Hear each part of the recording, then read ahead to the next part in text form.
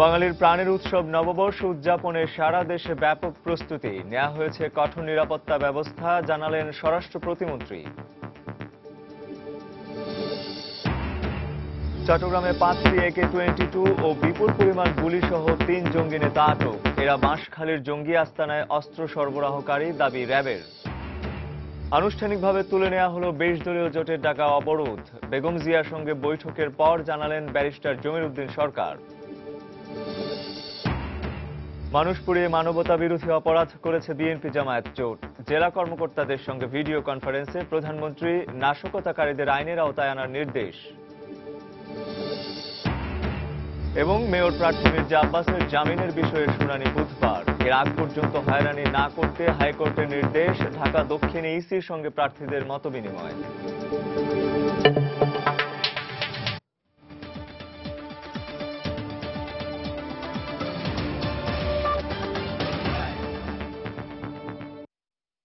প্রবাসী সময়ের সঙ্গে আছে আমি রঞ্জন শুভ্র। আরও একটি বাংলা নতুন বছর বরণ করে নিতে অপেক্ষায় পুরো জাতি। বৈশাখী আমেজে প্রস্তুত রাজধানীর রমনা, বটমূল ও ঢাকা বিশ্ববিদ্যালয়ের চারুকলা অনুষদ। সর্বত্র সাজ সাজ রব। শেষ তুলির আঁচড়ে রাঙিয়ে তোলা হচ্ছে মঙ্গল শোভাযাত্রার মোটিফগুলো। এদিকে স্বরাষ্ট্র প্রতিমন্ত্রী বলেছেন, নববর্ষ উদযাপন নির্বিঘ্ন করতে সারা দেশে নেওয়া হয়েছে কঠোর নিরাপত্তা ব্যবস্থা। এহসান জুয়েলের রিপোর্ট। উগ্র সাম্প্রদায়িকতার দাপট চারদিকে, তবে নতুন বছরে সে মৌলবাদী শক্তিকে গলা টিপে ধরতে প্রস্তুত এদেশের মানুষ। এসবের পাশাপাশি মঙ্গল শোভাযাত্রায় এবারও ঠাঁই পাবে পায়রা, কাকাতুয়া, মাছ, ঘোড়া, হাতি ও বাঘ। থাকবে সমৃদ্ধি ও শান্তির পথে বাংলাদেশের যে অগ্রগতি তার গল্প।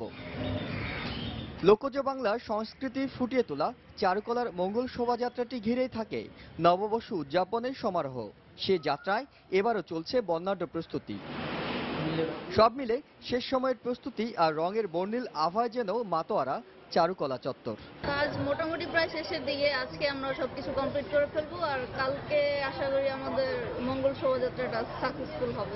সবকিছুই শেষের দিকে, টুকটাক বাকি আছে, তো এটা হয়ে যাবে আশা করি। মঙ্গল শোভাযাত্রা চারুকলার সামনে থেকে রূপসী বাংলা হয়ে ঘুরে আবার টিএসসিতে যাবে এবং টিএসসিতে থেকে চারুকলা এসে শেষ হবে। বর্তমান সময়ের সহিংসতার বিরুদ্ধে প্রতিবাদ থাকবে এবারের শোভাযাত্রায়। থাকবে অন্ধকার কেটে সম্ভাবনা ও সমৃদ্ধির বার্তা। এই মোটিভটার মধ্যে দুটো অংশ, একটা হাতে ধরা একটা ফিগার।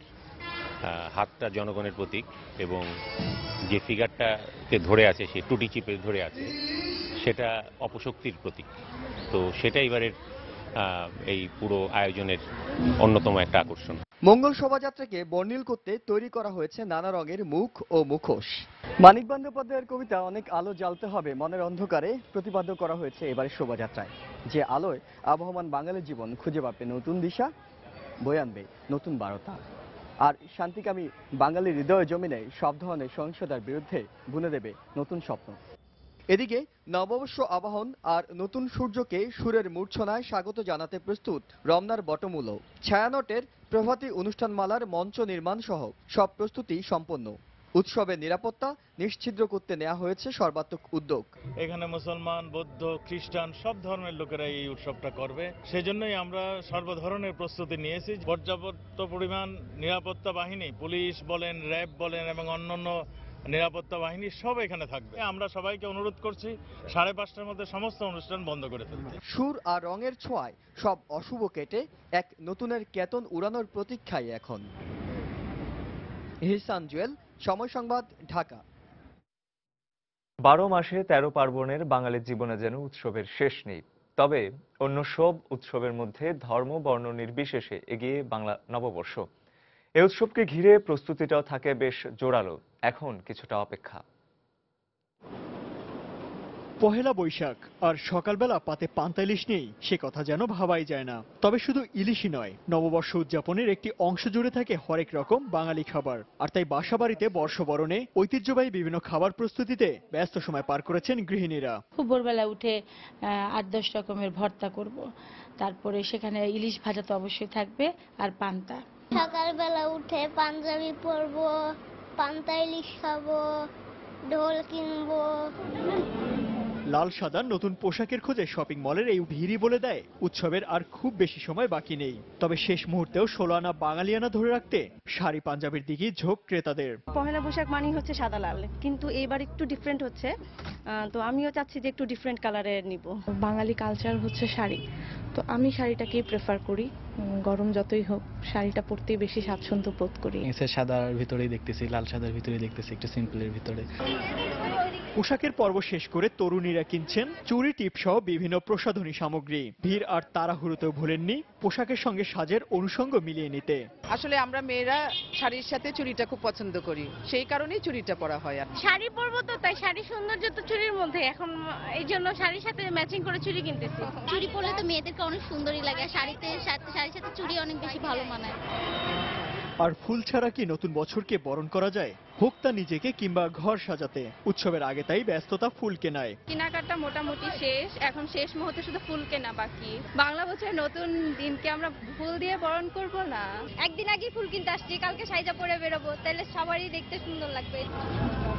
বাংলা নববর্ষকে ঘিরে বছরে অন্তত একটি দিনের জন্য হলেও সবাই হয়ে ওঠেন পুরো মাত্রায় বাঙালি। যুগ যুগ ধরে চলা এই সংস্কৃতি যেন বাঙালি ঐতিহ্যের মূল ধারক। কালক্রমে যা পরিণত হয়েছে জাতীয় উৎসবে। আর উৎসবের রঙে মাতোয়ারা বাঙালির প্রত্যাশা, শুভ হোক 1422।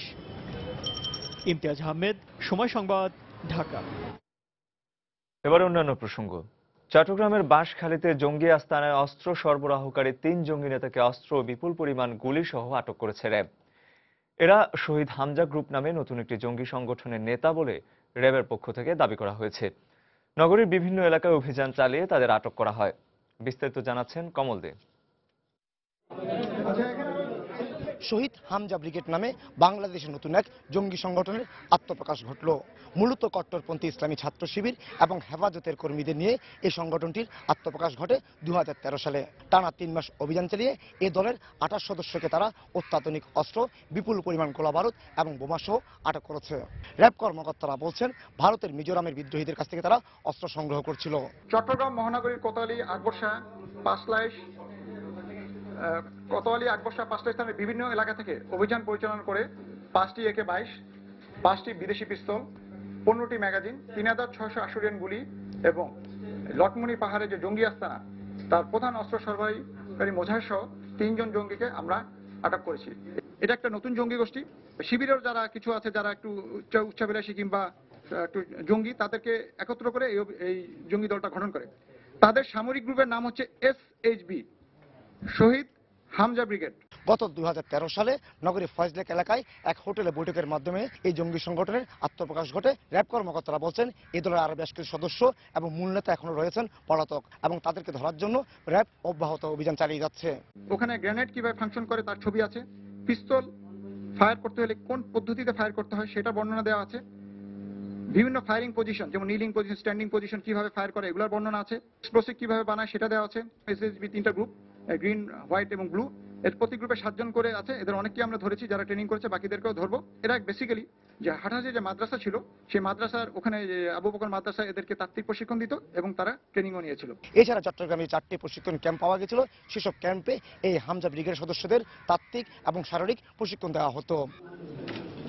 পতেঙ্গা র্যাব সদর দপ্তর থেকে কমল দে, সময় সংবাদ।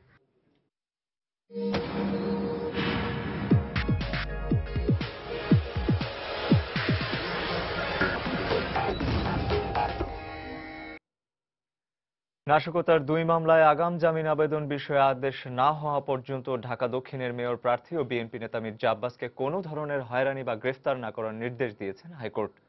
একই সঙ্গে এ সময় পর্যন্ত তার নির্বাচনী প্রচারের উপর নিষেধাজ্ঞা জারি করেছেন আদালত। বিচারপতি কামরুল ইসলাম সিদ্দিকী ও বিচারপতি গোবিন্দ চন্দ্র ঠাকুরের সমন্বয়ে গঠিত হাইকোর্টের দ্বৈত বেঞ্চে রাজধানীর পল্টন ও মতিঝিল থানায় দায়ের করা নাশকতার মামলায় আগাম জামিন আবেদনের শুনানি শেষে এই আদেশ দেন। আগামী বুধবার এ বিষয়ে আদেশের দিন ধার্য করেন আদালত। এছাড়া এখতিয়ার না থাকায় মির্জা আব্বাসের বিরুদ্ধে শাহবাগ থানায় দায়ের করা দুর্নীতি মামলাটির শুনানি করেননি আদালত। প্রায় 3.5 মাস আত্মগোপনে থাকা বিএনপির এই নেতা সোমবার বেলা 12টার দিকে উচ্চ আদালতে আগাম জামিন নিতে যান। অ্যাটর্নি জেনারেল মাহবুব আলম জানিয়েছেন, বুধবার পর্যন্ত এই মামলাগুলোতে মির্জা আব্বাসকে গ্রেফতার বা হয়রানি করা যাবে না। পাশাপাশি কোনো ধরনের নির্বাচনী প্রচার এবং গণমাধ্যমের সঙ্গে কথাও বলা যাবে না।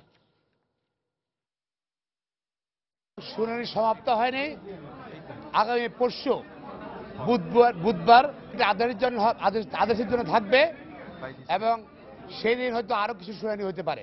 এই মামলার আদেশ না হওয়া পর্যন্ত মির্জা আব্বাস সাহেব যে অবস্থা আছেন সে অবস্থা থাকবেন। উনি এখনো আসামি, ওনাকে কোনো জামিন দেওয়া হয়নি। কাজেই এই আদেশের সুযোগ নিয়ে উনি যাতে কোনো ইলেকশন ক্যাম্পেইন বা মিডিয়ার সামনে কোনো বক্তব্য বা অন্য কোনো রকম গণসংযোগ না করতে পারে। নির্বাচনী প্রচার প্রচারণায় কালো টাকা ও পেশি শক্তির মতো অপসংস্কৃতি বন্ধে কঠোর হওয়ার পাশাপাশি প্রার্থীদের সহযোগিতা চেয়েছেন প্রধান নির্বাচন কমিশনার কাজী রকিবউদ্দিন আহমদ। সোমবার ঢাকা দক্ষিণ সিটি কর্পোরেশনের প্রার্থীদের নিয়ে মতবিনিময় সভায় তিনি সহযোগিতা চান। এ সময় প্রার্থীদের মধ্য থেকে অনেকে ডিসিসি নির্বাচনের সেনা মোতায়েনের দাবি জানান। প্রধান নির্বাচন কমিশনার জানান, আইন শৃঙ্খলা বৈঠকের পর এ ব্যাপারে সিদ্ধান্ত হবে। রামিম হাসানের রিপোর্ট। ডিসিসি ও সিসিসি নির্বাচনের প্রার্থীদের নিয়ে মতবিনিময় সভার আয়োজন করে নির্বাচন কমিশন। এর ধারাবাহিকতায় তৃতীয় দিনে অংশ নেন ডিসিসি দক্ষিণের প্রার্থীরা। এ সময় প্রার্থীদের মধ্য থেকে উঠে আসে নানা সমস্যার কথা। দক্ষিণের বিএনপি সমর্থিত মেয়র প্রার্থী মির্জা আব্বাসের পক্ষে তার আইনজীবী এ সময় কালো টাকা ও পেশিশক্তি ব্যবহার বন্ধে সেনা মোতায়েনের জোর দাবি জানান। তবে এ বিষয়ে যৌক্তিকতা নিয়ে প্রশ্ন তোলেন সরকার দলীয় মেয়র প্রার্থী সাইদ খোকন। আগামী নির্বাচনে সুষ্ঠুভাবে আপনারা বাংলাদেশের সেনাবাহিনী নিয়োগ করার জন্য আপনাদের প্রতি অনুরোধ রাখলো। আমাদের অনেক প্রতিদ্বন্দ্বী বলেছেন যে আপনার ঢাকা শহরে নির্বাচন হচ্ছে, সারা বাংলাদেশে সেনাবাহিনী চাওয়া হলো এই মাত্র। আমি ঠিক বিষয়টা আমার বোধগম্য নয়। নির্বাচন হচ্ছে ঢাকা শহরে, সারা বাংলাদেশে সেনাবাহিনী চাওয়ার কি কারণ থাকতে পারে? আমি নির্বাচন পরিচালনা করতে গিয়ে দেখেছি অনেক জায়গায় দেওয়ালে পোস্টার লেগেছে। তা আমার অনুরোধ থাকবে, যেহেতু আমি একজন প্রার্থী, প্রত্যেক ওয়ার্ডে ওয়ার্ডে আমারও লোক আছে, আমি যখন তাদেরকে বলি যে তোমরা দড়ি দিয়ে টাকাবা, ওরা বলে শাহিদ ভাইয়ের পোস্টার লাগাইছে, আমি কেন লাগাবো না। এ ব্যাপারে প্রধান নির্বাচন কমিশনার আবারও জানান, ডিসিসি ও সিসিসি নির্বাচন নিয়ে কমিশনের সাথে আইন শৃঙ্খলা বৈঠকের পরই এ ব্যাপারে সিদ্ধান্ত হবে। তবে নির্বাচনে কালো টাকা বন্ধের ব্যাপারে নির্বাচন কমিশন কঠোর অবস্থানে রয়েছে বলে জানান তিনি। আমরাও চাই যে এই অপসংস্কৃতি বন্ধ হোক, কালো টাকা পেশি শক্তির ব্যবহার বন্ধ হোক। আমাদেরকে সহযোগিতা করুন, আমরা ব্যবস্থা নিব। এর আগে শনিবার ও রোববার একইভাবে চট্টগ্রাম সিটি ও ডিসিসি উত্তরের প্রার্থীদের সাথে মতবিনিময় করে নির্বাচন কমিশন। রামিম হাসান, সময় সংবাদ, ঢাকা। এদিকে রাজধানীর বিভিন্ন এলাকায় নির্বাচনী প্রচার চালিয়েছেন ঢাকা উত্তরের মেয়র ও কাউন্সিলর প্রার্থীরা। সোমবার সকাল থেকেই বিভিন্ন এলাকায় পোস্টার ও মাইক ব্যবহার করে কর্মী সমর্থকরা ব্যাপক উৎসাহ উদ্দীপনার মধ্য দিয়ে প্রচারণা চালান। সকালে আওয়ামী লীগ সমর্থিত মেয়র প্রার্থী আনিসুল হক রাজধানীর মোহাম্মদপুরের একটি কমিউনিটি সেন্টারে সভার মাধ্যমে গণসংযোগ শুরু করেন। এরপর এক পথসভায় আনিসুল হক ঢাকাবাসীকে বাংলা নববর্ষের শুভেচ্ছা জানান। এছাড়াও মোহাম্মদপুরের বিভিন্ন এলাকায় গণসংযোগ করেন আনিসুল হক। জাপান গার্ডেনের অধিবাসীরা,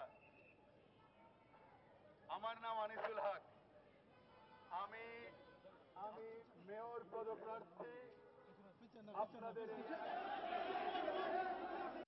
নগরবাসীরা তাদের বেস্ট চয়েসের মেয়র নির্বাচিত করতে পারুক, সেদিকে সবাই আমরা যেন সব আইন মেনে চলি। আর নতুন বছরকে সামনে রেখে আমার পাশে যারা তরুণ আছে, আজকে আমার সঙ্গে আছো, আগামীতে তোমরা অনেকে আমাকে অনেক সেই জায়গা ছাড়িয়ে যাবে। নববর্ষে তোমাদের বলি, সেই স্বপ্ন দেখো। আমাদের এখনো নেতা কর্মীরা হামলা মামলার ভয়ে আত্মগোপনে আছে অথবা কারাগারে আটক রয়েছে বিনা অপরাধে। আমি এখনো অবিলম্ব করে চাচ্ছি যে চিফ ইলেকশন কমিশনার যেন আমাদের দিকে তাকিয়ে ওনারা যে প্রস্তাব দিয়েছিল যে একটা free and fair level election হবে, সেটা ওনারা যেন কাজে কর্মে দেখায় নিশ্চিত করে। প্রবাসের সময় আরো থাকছে, ঋণ কেলেঙ্কারি মামলায় ওরিয়েন্টাল ব্যাংকের 7 কর্মকর্তাকে 10 বছর করে কারাদণ্ড, সব আসামি পলাতক, গ্রেফতারি পরোয়ানা জারি।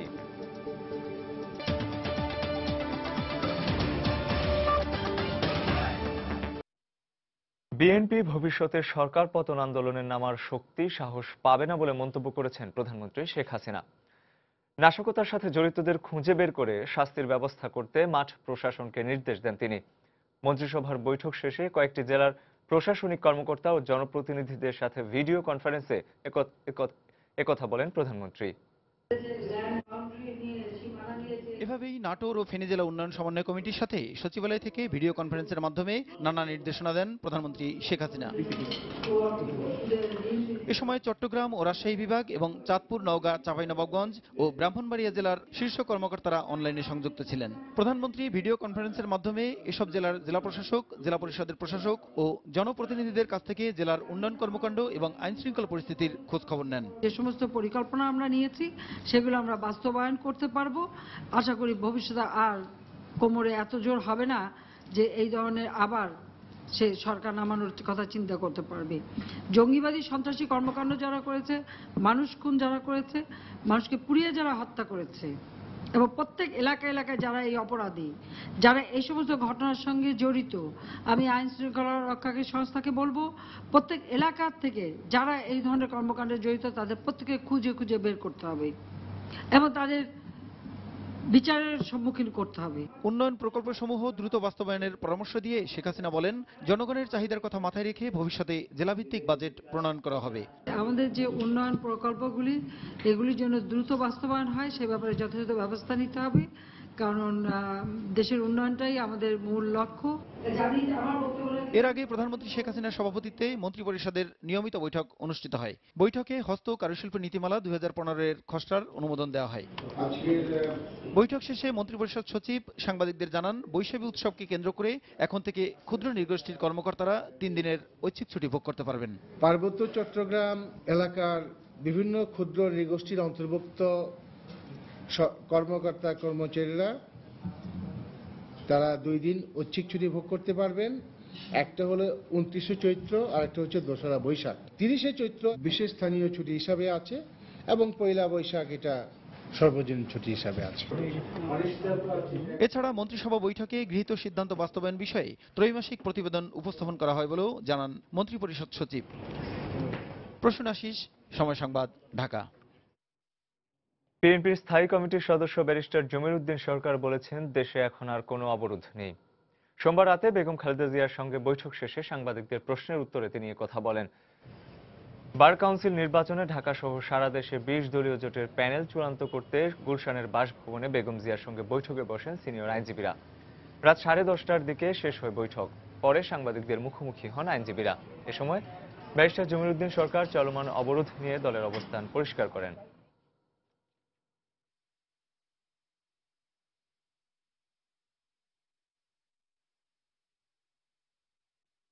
কাউন্সিলর এবং মেয়রের সিটগুলোর জন্য যে কাজ করা হবে, গাড়ি ঘোড়া এটা সেটা নিয়ে এর ভিতরে আপনি একটা অ্যানালজিক্যাল ডিডাকশন করতে পারেন কিনা, যেমন স্ট্রাইক নাই, অবরোধ আছে কিনা, আপনি একটা অ্যানালজিক্যাল ডিডাকশন নিয়ে একটা আমাদের ডিডাকশন হচ্ছে যে অবরোধ নাই, এটা আপনারা বললে অসুবিধাটা কি? ইলেকশনটা হবে, স্ট্রাইক তো নাই এবং এই ইলেকশনে ইনশাল্লাহ বিএনপি এই 3টা সিটি কর্পোরেশনেও কাউন্সিলর সহ চলে আসবে। এবার প্রবাসের খবর। তিস্তা এবং ছিটমহল ইস্যুতে মানবিক দৃষ্টিকোণ থেকে পদক্ষেপ নেওয়ার পক্ষে আরও একবার নিজের অবস্থানের কথা জানিয়েছেন পশ্চিমবঙ্গের মুখ্যমন্ত্রী মমতা ব্যানার্জি। সোমবার রাজ্য সরকারের সচিবালয়ে আয়োজিত নবান্ন উৎসবে যোগ দিতে গেলে বাংলাদেশের ভূমিমন্ত্রী শামসুর রহমানের সঙ্গে দীর্ঘ আলোচনা শেষে একথা জানান মমতা। এ সময় তিস্তা ও ছিটমহল ছাড়াও 2 দেশের বাণিজ্য এবং যোগাযোগ ব্যবস্থা নিয়ে আলোচনা হয় বলে জানা গেছে। প্রায় 1 ঘন্টার বৈঠক শেষ করে নবান্ন উৎসব থেকে বের হয়ে যাওয়ার সময় ভূমিমন্ত্রী শামসুর রহমান বলেন, পশ্চিমবঙ্গের মুখ্যমন্ত্রীর সঙ্গে এটি ছিল সৌজন্য সাক্ষাৎ। তবে বৈঠকে তিস্তা ও ছিটমহল নিয়ে কথা হয়েছে বলে জানান তিনি। সমস্যা সমাধানে মুখ্যমন্ত্রী ইতিবাচক মনোভাব দেখিয়েছেন বলেও এ সময় উল্লেখ করেন ভূমিমন্ত্রী।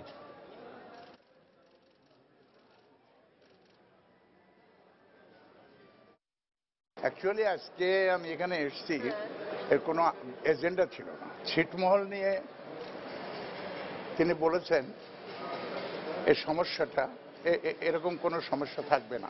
এনার মনোভাব খুবই মানবিক, খুবই সৌহার্দ্যপূর্ণ এবং খুবই আন্তরিক। চিকিৎসা বিজ্ঞান মতে সকল রোগ প্রতিরোধে কাগজি লেবু অতুলনীয়। সকালে গরম পানির সঙ্গে লেবু মিশিয়ে পান করার অভ্যাস তাই বাড়ছে পশ্চিমাদের মধ্যে। তবে নিউ ইয়র্কের কাঁচা বাজারে লেবুর চাহিদা বাড়লেও বাড়েনি লেবুর দাম।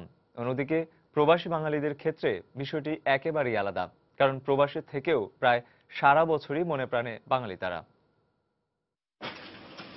মাছে ভাতে বাঙালি প্রবাসেও ধরে রেখেছে সে ধারা। দেশ ছেড়ে গিয়ে সেই বাঙালিত্ব যেন আরো বেশি করে পেয়ে বসে মাতৃভূমির জন্য। তাই চাই বাঙালি মুখরোচক খাবার। আর এ কারণে ধীরে ধীরে প্রসার ঘটছে বাংলাদেশি মুদি ব্যবসারও। বাংলাদেশি প্রায় সব ধরনের খাবারই মিলছে প্রবাসের এসব দোকানে। বাঙালি রসনা তৃপ্তিতেও তাই কমতি নেই কারো। ঘরে দেশি রান্নার স্বাদ পেতে মিলছে খাঁটি দেশি উপকরণ।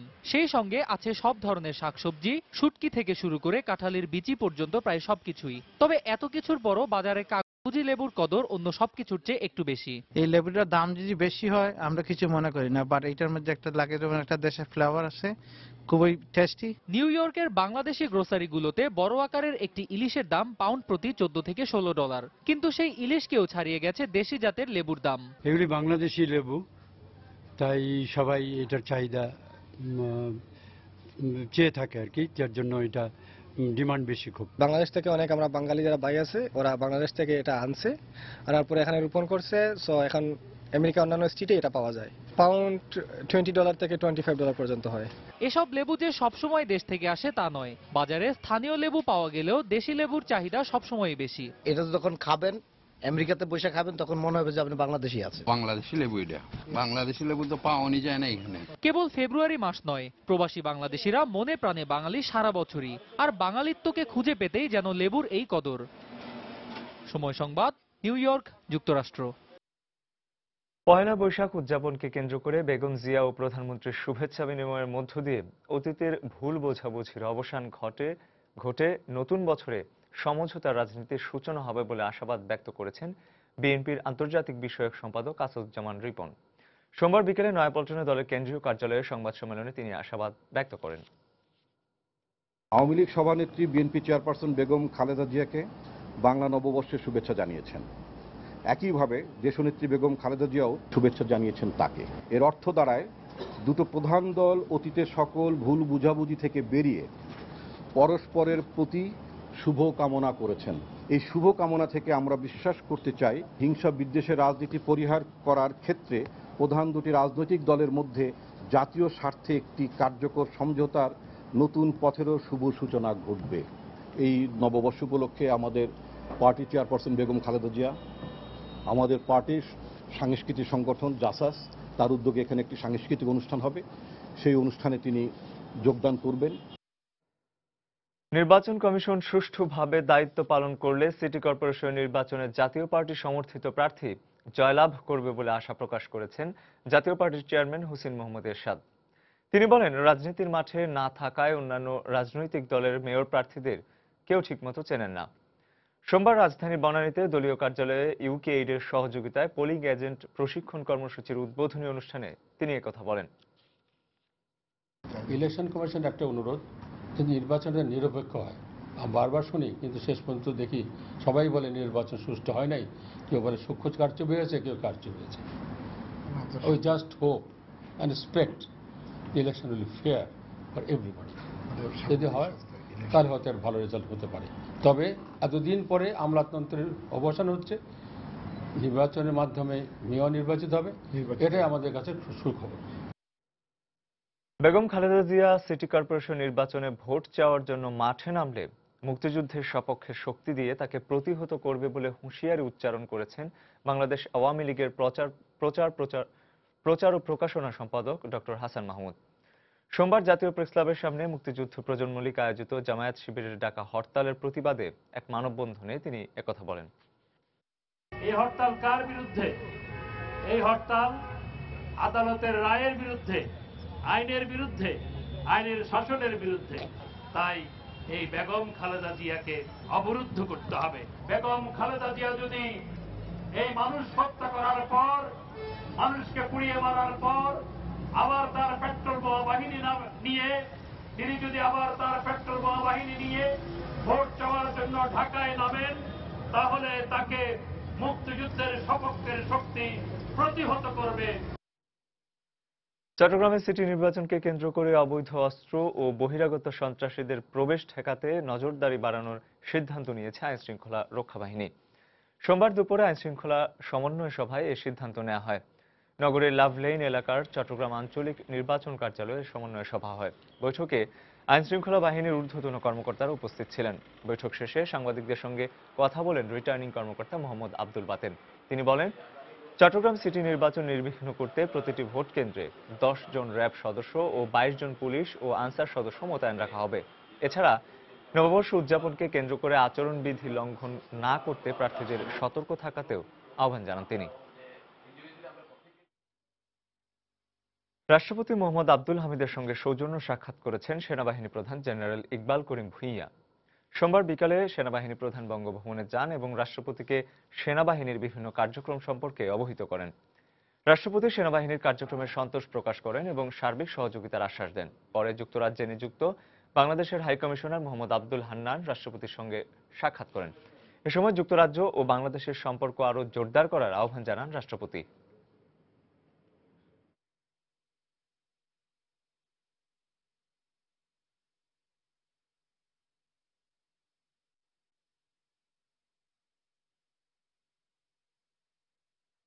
সাবেক ওরিয়েন্টাল ব্যাংক ও বর্তমান আইসিবি ইসলামী ব্যাংক ঋণ কেলেঙ্কারির মামলায় ব্যাংকটির 7 কর্মকর্তাকে 10 বছরের কারাদণ্ড দিয়েছেন আদালত। আসামিরা পলাতক থাকায় তাদের বিরুদ্ধে গ্রেফতারি পরোয়ানা জারি করা হয়েছে। সোমবার সকালে ঢাকার বিশেষ জজ আদালত 2 এর বিচারক হোসনে আরা বেগম এই রায় দেন। পাশাপাশি প্রত্যেক আসামিকে 1,90,00,000 টাকা করে জরিমানা করেন আদালত।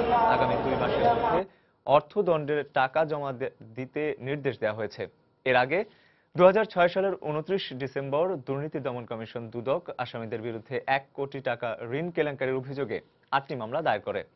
এর মধ্যে একটি মামলার রায়ে এই সাজা দেওয়া হয়। মেসার্স তানভীর এজেন্সি নামে মোহাম্মদ কামরুল আহসান নামে একটা ব্যক্তি একটা ঋণের একটা হিসাব খোলে ওরিয়েন্টাল ব্যাংক বাবুবাজার শাখা। যেদিন উনি 27/7/2005 তারিখে হিসাবটা খোলেন, সেই দিনে একটা ঋণের আবেদন করেন যে আমাকে 1 কোটি টাকার ঋণ দিতে হবে।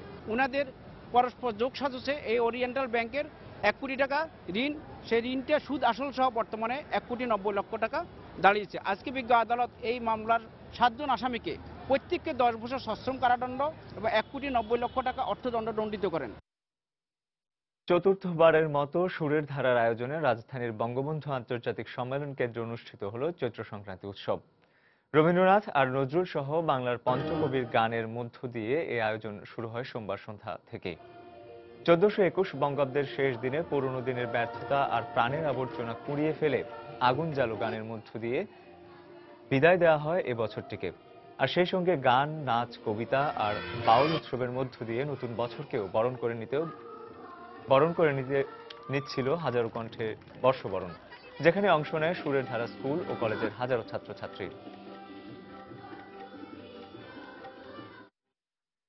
বাণিজ্যমন্ত্রী তোফায়েল আহমেদ বলেছেন, বাঙালিরা বীরের জাতি, তারা অন্যায়ের কাছে মাথা নত করতে জানে না। সোমবার বিকেলে রাজধানীর গলফ ক্লাবে কন্যা সাহসিকা সাংবাদিক নাদিয়া শারমিনের সংবর্ধনা অনুষ্ঠানে তিনি কথা বলেন।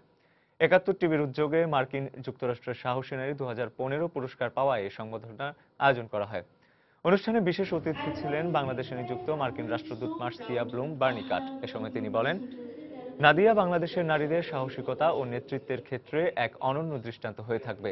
এছাড়া বিশেষ অতিথি তথ্যমন্ত্রী হাসানুল হক ইনু বলেন, নির্বাচনের জন্য যারা আগুন সন্ত্রাসে বিরতি দেয় তারা এদেশে গণতন্ত্র চায় না।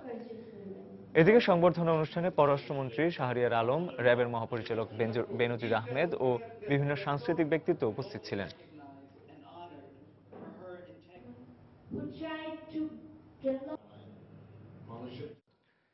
এবারে দেশের বাইরের খবর।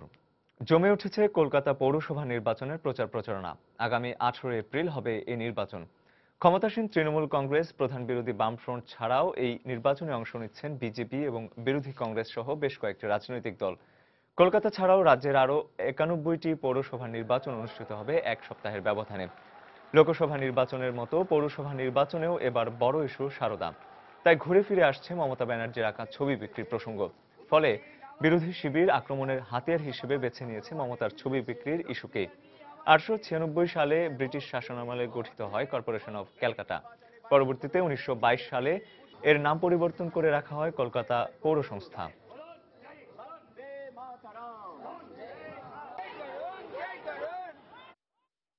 নোবেলজয়ী জার্মান সাহিত্যিক ও লেখক গুন্টার গ্রাস আর নেই।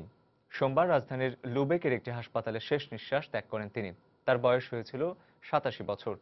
1959 সালে লেখা তার প্রথম উপন্যাস দ্য টিন ড্রামের জন্য 1999 সালে সাহিত্যে নোবেল পুরস্কার লাভ করেন গুন্টার গ্রাস। উপন্যাস ছাড়াও কবিতা, নাটক, প্রবন্ধ সহ সাহিত্যের আরও নানা শাখায় বিচরণ ছিল তার। 1927 সালে জার্মানির ডানজিগ শহরে জন্মগ্রহণ করেন গুন্টার গ্রাস। পূর্ব ও পশ্চিম জার্মানিদের পুনরায় একত্রীকরণের বিরুদ্ধে লেখার মাধ্যমে সবসময় সোচ্চার ছিলেন তিনি। এছাড়াও বিশ্ব শান্তি ও পরিবেশের বিষয়টাই বারবারই উঠে এসেছে তার লেখায়।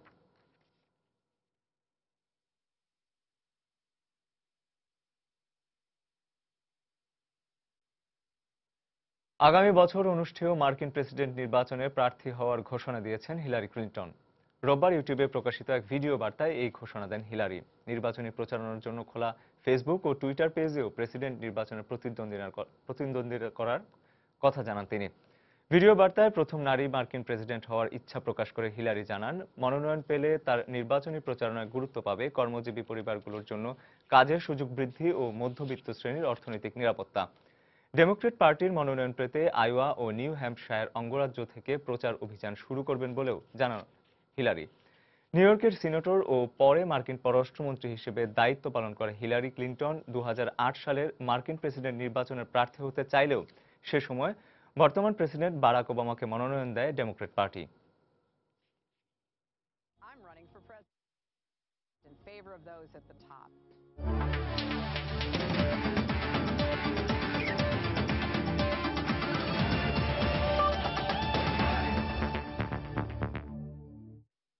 বিশ্বকাপের পারফরম্যান্স পুরো দলকে উজ্জীবিত করে রেখেছে, তাই আসন্ন হোম সিরিজে পাকিস্তানের বিপক্ষে ইতিবাচক ফলাফল করবে টাইগাররা। এমনটাই মন্তব্য করেছেন ব্যাটসম্যান মুমিনুল হক। পাকিস্তানের বিপক্ষে সিরিজকে সামনে রেখে সোমবার প্রথম দিনের অনুশীলন করে বাংলাদেশ জাতীয় ক্রিকেট দল। বিশ্বকাপের পর এবার ঘরের মাঠে আবারও আন্তর্জাতিক ক্রিকেটে ফিরছে টাইগাররা। এবার পাকিস্তানের বিপক্ষে নিজেদের প্রমাণ করার মিশন। এদিন সকালে রিপোর্টিংয়ের পর জিমে দীর্ঘ সময় কাটান মাশরাফি তাসকিনরা। এদিকে আইপিএল খেলে দেশে ফিরলেও প্রথম দিনের অনুশীলনে ছিলেন না সাকিব আল হাসান। এছাড়া ব্যক্তিগত কারণে অনুশীলনে যোগ দেননি রুবেল হোসেনও। কোচ হাতুড়ি সিংহের অধীনে বদলে যাওয়া বাংলাদেশ বিশ্বকাপে দুর্দান্ত পারফর্ম করায় এখন ধারাবাহিকতা প্রমাণের চ্যালেঞ্জ পাকিস্তানের বিপক্ষে সিরিজে। এদিকে মিরপুরে সব ওয়ানডে হবে দিবারাত্রির, তাই ফ্লাডলাইটের আলোয় দ্বিতীয় সেশনে মাঠে ব্যাট বল হাতে অনুশীলন করেছেন তামিম মুশফিকরা। টিমের অবস্থা খুব ভালো, সবাই ভালো আছে, সবাই তো ভালো খেলছে। আর যখন প্র্যাকটিস করে টুর্নামেন্ট বড় টুর্নামেন্ট ভালো খেলবেন অবশ্যই আত্মবিশ্বাস থাকে, পরিস্থিতি ভালো খেলছেন, সবার তাগিদ থাকে ভালো পারফরমেন্স কন্টিনিউ করার জন্য। আমার দিক দিয়ে সবই ওভারঅল আমাদের টিমটা ভালো আছে। বল হাতে হিট স্ট্রিকের অধীনে নেটে অনুশীলন করেছেন মাশরাফি তাসকিন, আবুল হাসানরা। সেই 99 বিশ্বকাপের পর পাকিস্তানের বিপক্ষে জয়ের স্বাদ না পাওয়ার আক্ষেপ তাড়িয়ে বেড়াচ্ছে গোটা দলকে। তা স্পষ্ট হয় মুমিনুলের এমন কথায়। হারাতে পারেন এটা নিয়ে চিন্তা করা, ওটা নিয়ে চিন্তা না করাই ভালো। আর দেখেন ডে বাই ডে আমরা ইমপ্রুভ করছি ক্রিকেটে। ওয়ার্ল্ড কাপ অনেক ভালো খেলেছি। আশা করি খুব ভালো একটা ক্রিকেট খেলবো এবার, ভালো ক্রিকেট হবে মনে হয়। 17 এপ্রিল 3 ম্যাচ সিরিজের প্রথম ওয়ানডেতে মুখোমুখি হবে স্বাগতিক বাংলাদেশ ও পাকিস্তান। নিয়ামতুল্লাহ বাবু, সময় সংবাদ, ঢাকা। এ পর্যায়ে শীর্ষ সংবাদ জানিয়ে দিচ্ছি আরেকবার। বাঙালির প্রাণের উৎসব নববর্ষ উদযাপনে সারা দেশে ব্যাপক প্রস্তুতি নেওয়া হয়েছে, কঠোর নিরাপত্তা ব্যবস্থা জানালেন স্বরাষ্ট্র প্রতিমন্ত্রী। চট্টগ্রামে 5টি AK-22 ও বিপুল পরিমাণ গুলিসহ 3 জঙ্গি নেতা আটক। এরা বাঁশখালীর জঙ্গি আস্তানায় অস্ত্র সরবরাহকারী, দাবি র্যাবের। আনুষ্ঠানিকভাবে তুলে নেওয়া হলো 20 দলীয় জোটের ডাকা অবরোধ। বেগম জিয়ার সঙ্গে বৈঠকের পর জানালেন ব্যারিস্টার জমির উদ্দিন সরকার। মানুষ পুড়িয়ে মানবতা বিরোধী অপরাধ করেছে বিএনপি জামায়াত জোট। জেলা কর্মকর্তাদের সঙ্গে ভিডিও কনফারেন্সে প্রধানমন্ত্রী নাশকতাকারীদের আইনের আওতায় আনার নির্দেশ। এবং মেয়র প্রার্থী মির্জা আব্বাসের জামিনের বিষয়ে শুনানি বুধবার। এর আগ পর্যন্ত হয়রানি না করতে হাইকোর্টের নির্দেশ। ঢাকা দক্ষিণে ইসির সঙ্গে প্রার্থীদের মতবিনিময়। দর্শক, এই ছিল প্রবাসী সময়ে। যে কোনো খবর পেতে ভিজিট করুন সময়নিউজ.tv। যে কোনো রবি ও সিটিসেল নম্বর থেকে সময় সংবাদের খবর, অনুষ্ঠান সূচি জানতে এবং যে কোনো তথ্য সময় সংবাদে জানাতে ডায়াল করুন 16242 নম্বরে। এছাড়া এইমাত্র পাওয়া খবর আপনার মোবাইলে পেতে SMS করুন *বিএন লিখে পাঠিয়ে দিন 16242 নম্বরে। সঙ্গে থাকুন সময়।